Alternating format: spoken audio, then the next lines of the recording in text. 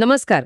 आज आपण जरा आपल्या मोठ्या शहरांमधल्या म्हणजे मुंबई आणि पिंपरी चिंचवडमधल्या काही महत्त्वाच्या पायाभूत सुविधा प्रकल्पांवर बोलणार आहोत.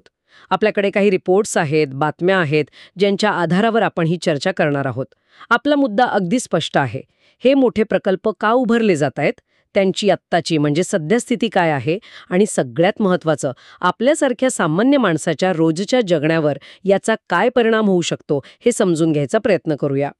चला तर मग सुरुवात मुंबईच्या अगदी लाईफलाईन पासून करूया, आपली मुंबई लोकल.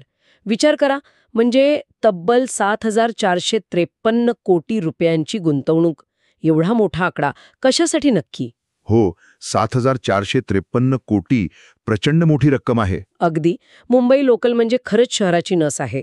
लाखो लोक रोज त्यावर अवलंबून असतात.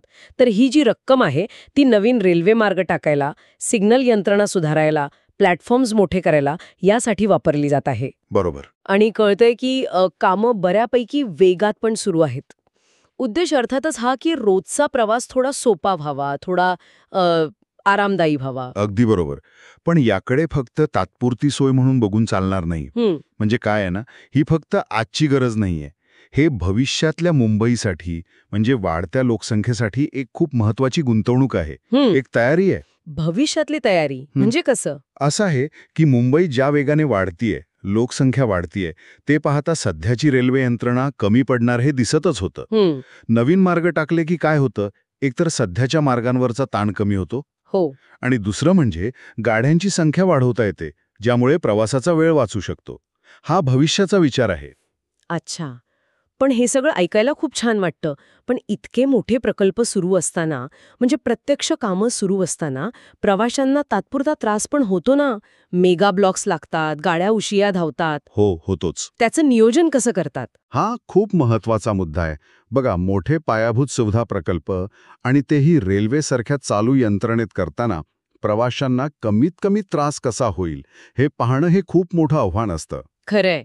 या प्रकल्पांना अनेक वर्ष लागतात, त्यामुळे कामाचे टप्पे केलेले असतात. बहुतेक वेळा रात्री किंवा मग विकेंडला म्हणजे शनिवारी रविवारी जेव्हा गर्दी कमी असते तेव्हा जास्त कामं केली जातात. तरीही थोडा त्रास होतोच. पण विचार हाच असतो की पुढे मिळणाऱ्या मोठ्या फायद्यासाठी हा तात्पुरता त्रास सहन करणं गरजेचं आहे. पण यात समन्वय खूप महत्वाचा असतो. वेगवेगळ्या एजन्सीज एकत्र काम करतात. आणि त्यात जर काही अडचण आली, म्हणजे भूसंपादन किंवा परवानग्या, तर मग अजून उशीर होतो. अगदी तेच होतं अनेकदा. भूसंपादनात किंवा वेगवेगळ्या परवानग्या मिळण्यात वेळ जातो आणि मग प्रकल्प लांबतात. त्रास पण वाढतो. बरं, आता लोकलच्या बरोबरीने मुंबईत मेट्रोचं जाळं पण विस्तारतंय. आत्ता तर बातमी आहे की मेट्रो 11ला पण मंजुरी मिळाली आहे. हो. हा मार्ग थेट दक्षिण मुंबईला जोडणार आहे, म्हणजे CSMT ते वडाळा. हे तर कनेक्टिव्हिटीसाठी खूपच महत्वाचं ठरेल, नाही का? निश्चितच. मेट्रो प्रकल्प हे आता आधुनिक शहरांच्या काय म्हणतात त्याला वाहतूक आराखड्याचा कणाच बनले आहेत. मेट्रो 11मुळे दक्षिण मुंबईतली वाहतूक कोंडी नक्कीच कमी होईल. पण मेट्रोचे फायदे फक्त तेवढेच नाही आहेत. म्हणजे रस्त्यावरची वाहनं कमी झाली की हवेची गुणवत्ता सुधारते. हो, बरोबर. प्रदूषण कमी होतं. अगदी. कार्बन उत्सर्जन कमी होतं. पर्यावरणाच्या दृष्टीने हा खूप मोठा फायदा आहे. आणि यातून एक एकात्मिक सार्वजनिक वाहतूक प्रणाली विकसित होते. एकात्मिक सार्वजनिक वाहतूक प्रणाली, हे जरा सोप्या भाषेत सांगाल का?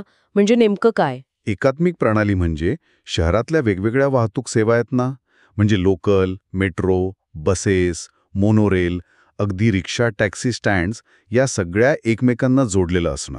अच्छा. म्हणजे प्रवासाला एका ठिकाणाहून दुसरीकडे जाताना समजा लोकलने उतरून मेट्रो पकडायची असेल किंवा मेट्रोतून उतरून बस पकडायची असेल तर ते अगदी सहज करता यावं. स्टेशन सोयीस्कर असावेत, माहिती सहज मिळावी. आणि तिकीट पण एकच असावं शक्यतो, स्मार्ट कार्ड वगैरे. बरोबर. शक्यतो एकच तिकीट किंवा कार्ड प्रणाली. याने काय होतं, वेळ वाचतो, खर्च कमी होतो आणि लोकांना सार्वजनिक वाहतूक वापरायला प्रोत्साहन मिळतं. मुंबईसाठी हे खूप गरजेचं आहे. पण ह्यात एक अडचण असू शकते का? म्हणजे समजा मेट्रो स्टेशन तर झालं, पण तिथपर्यंत पोहोचायला किंवा तिथून पुढे जायला चांगली सोय नसेल तर? म्हणजे लास्ट माईल कनेक्टिव्हिटी म्हणतात तसं. अगदी कळीचा मुद्दा मांडलाय. ही फक्त मुंबईशी नाही, जगात अनेक ठिकाणी ही समस्या आहे. तुम्ही कोट्यवधी रुपये खर्च करून मेट्रो लाईन टाकता, पण लोकांना स्टेशनपर्यंत यायला किंवा स्टेशनपासून पुढे जायला सोयीचे आणि परवडणारे पर्याय नसतील. जसे की शेअर रिक्षा किंवा जवळ बस स्टॉप नसेल. बरोबर. किंवा सुरक्षित पदपथ नसतील तर मग लोक मेट्रोचा वापर तेवढ्या प्रमाणात करत नाहीत. त्यामुळे मेट्रोचं नियोजन करतानाच या शेवटच्या टप्प्याच्या कनेक्टिव्हिटीचा विचार करणं खूप महत्त्वाचं आहे. नाहीतर गुंतवणुकीचा पूर्ण फायदा मिळत नाही. हे खरंय. आता जरा मुंबईच्या रस्त्यांकडे वळूया. कोस्टल रोडचं काम तर खूप चर्चेत आहे. पण त्यातली एक इंटरेस्टिंग गोष्ट जी कदाचित लोकांना कमी माहीत असेल ती म्हणजे त्या रोडच्या बाजूला एक मोठा प्रॉमोनाड तयार होतोय. म्हणजे फिरायला बसायला जागा. हो, ती महत्त्वाची गोष्ट आहे. आणि आता कळते की त्याची लांबी तब्बल 7 किलोमीटर असणार आहे. वाव, 7 किलोमीटर म्हणजे खूपच झालं. आणि हे फक्त फिरायला नाहीये. तिथे सायकलसाठी वेगळा ट्रॅक असणार आहे आणि दिव्यांगांसाठी भुयारी मार्ग पण असणार आहेत.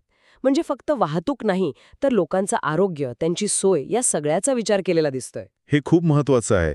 हेच आधुनिक शहर नियोजन आहे. पूर्वी कसं शहर नियोजन म्हणजे फक्त रस्ते, पूल, इमारती.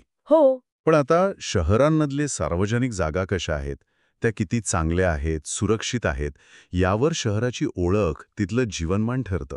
हो. असे प्रोमोनॅड्स, बागा हे शहरांची फक्त शोभा वाढवत नाहीत, तर ते लोकांच्या मानसिक आणि शारीरिक आरोग्यासाठी आवश्यक आहेत. म्हणजे एक सोशल अँगल पण आहे त्याला. अगदी. तिथे लोक एकत्र येतात, बोलतात. खरं तर जिथे चांगल्या सार्वजनिक जागा असतात, तिथे गुन्हेगारी कमी होते, असंही काही अभ्यास सांगतात. कोस्टल रोडमुळे वेळ वाचेलच, पण हा प्रोमोनॅड मुंबईकरांना एक मोकळा श्वास घ्यायला जागा देईल. पण कोस्टल रोडवर पर्यावरणाच्या दृष्टीने टीका पण झाली होती ना, समुद्रात भराव टाकल्यामुळे? हो, झाली होती. मग अशा वेळी हा प्रोमोनॅड किंवा या सार्वजनिक जागा त्या नुकसानाची काही भरपाई करतात का? की तो समतोल कसा साधला जातो? हा खूप अवघड प्रश्न आहे खरं तर. विकास विरुद्ध पर्यावरण हा संघर्ष नेहमीचाच आहे. समुद्रात भराव टाकण्याचे परिणाम तर होतातच, ते पूर्णपणे भरून काढणं शक्य नसतं. पण प्रकल्प करताना हे परिणाम कमी कसे करता येतील याचे उपाय योजले जातात. जसं की दुसरीकडे खारफुटी लावणं वगैरे. प्रोमोनॅडमुळे पर्यावरणाचं नुकसान थेट भरून निघत नसलं तरी ते लोकांना काहीतरी सकारात्मक नक्कीच देतं. त्यांच्या जीवनाचा दर्जा सुधारतं. हा समतोल साधणंच खरं आव्हान असतं. बरोबर. आता मुंबई बाहेर जाऊया थोडं. पिंपरी चिंचवडकडे बघूया. तिथे शहर वेगाने वाढतंय आणि वाहतुकीच्या समस्या आहेतच. हो, तिथे मोठे प्रश्न आहेत. त्यावर उपाय म्हणून 2 महत्वाचे पूल तयार झालेत असं कळतंय. संत मदर टेरेसा उड्डाण पूल आणि दुसरा तो चिंचवड थेरगावला जोडणारा. काय म्हणतात त्याला, बटरफ्लाय ब्रिज? हो, ऐकलंय त्याबद्दल. हे दोन्ही पूल तिथली वाहतूक कोंडी कमी करायला खूप मदत करतील असं म्हटलं जातंय. पण इथे एक वेगळीच गोष्ट घडली आहे. काय झाले? पूल तर तयार आहेत म्हणे, पूर्णपणे बांधून तयार. पण त्यांना जोडणारे जे रस्ते असतात ना, अप्रोच रोड्स, हो. त्यांचंच काम अजून अपूर्ण आहे. अरे देवा, म्हणजे पूल तयार पण वापरता येत नाही. अगदी तसंच. विचार करा, कोट्यवधी रुपये खर्च झाले, पूल उभे राहिले, पण एका छोट्या रस्त्याच्या कामामुळे ते तसेच पडून आहेत. लोकांना फायदा मिळायच्या ऐवजी निराशाच झालीये. हे अगदी उत्तम उदाहरण आहे, म्हणजे वाईट अर्थाने, की प्रकल्पांच्या अंमलबजावणीत काय काय अडचणी येतात. केवळ मुख्य बांधकाम झालं म्हणजे प्रकल्प यशस्वी झाला असं नाही. बरोबर. त्याला जोडलेल्या सगळ्या गोष्टी, जोड रस्ते, सिग्नल, लाईट, पाण्याची व्यवस्था, हे सगळं वेळेत पूर्ण व्हायला पाहिजे. आणि सगळ्यात महत्त्वाचं म्हणजे सगळ्यांमध्ये समन्वय हवा. म्हणजे इथे तो समन्वय कुठेतरी कमी पडला असं दिसतंय. अनेकदा काय होतं, या छोट्या वाटणाऱ्या कामांसाठी जमीन मिळालेली नसते किंवा सरकारी खात्यांमध्येच ताळमेळ नसतो, नाहीतर मग कंत्राटदार उशीर करतो. कारण काहीही असो, परिणाम एकच, प्रकल्पाचा उद्देश फुकट जातो. आणि लोकांचा विश्वास पण उडतो मग. ते तर आहेच. पैसा वाया, वेळ वाया, लोकांना त्रास आणि प्रशासनावरचा विश्वास कमी होतो. हे टाळायला पाहिजे. नियोजन आणि अंमलबजावणीवर कडक लक्ष हवं. म्हणजे बघा, एकीकडे मुंबईत हजारो कोटींचे प्रकल्प नुसती वाहतूक नाही तर सार्वजनिक जागांचाही विचार करून पुढे जातायत, तर दुसरीकडे पिंपरी चिंचवडमध्ये तयार पूल वापरावे ना पडू नयेत. काय म्हणाल याबद्दल? काय निष्कर्ष काढायचा? या दोन्ही उदाहरणांमधून खूप काही शिकण्यासारखं आहे.